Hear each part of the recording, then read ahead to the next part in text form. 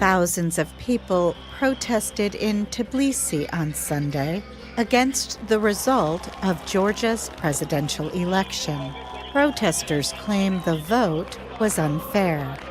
In Asia, stock prices rose Monday on the news that the United States and China would not order any new tariffs for 90 days.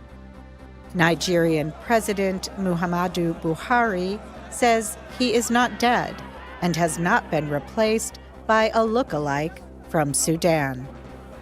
And a 2-week-long United Nations climate conference has opened in Poland.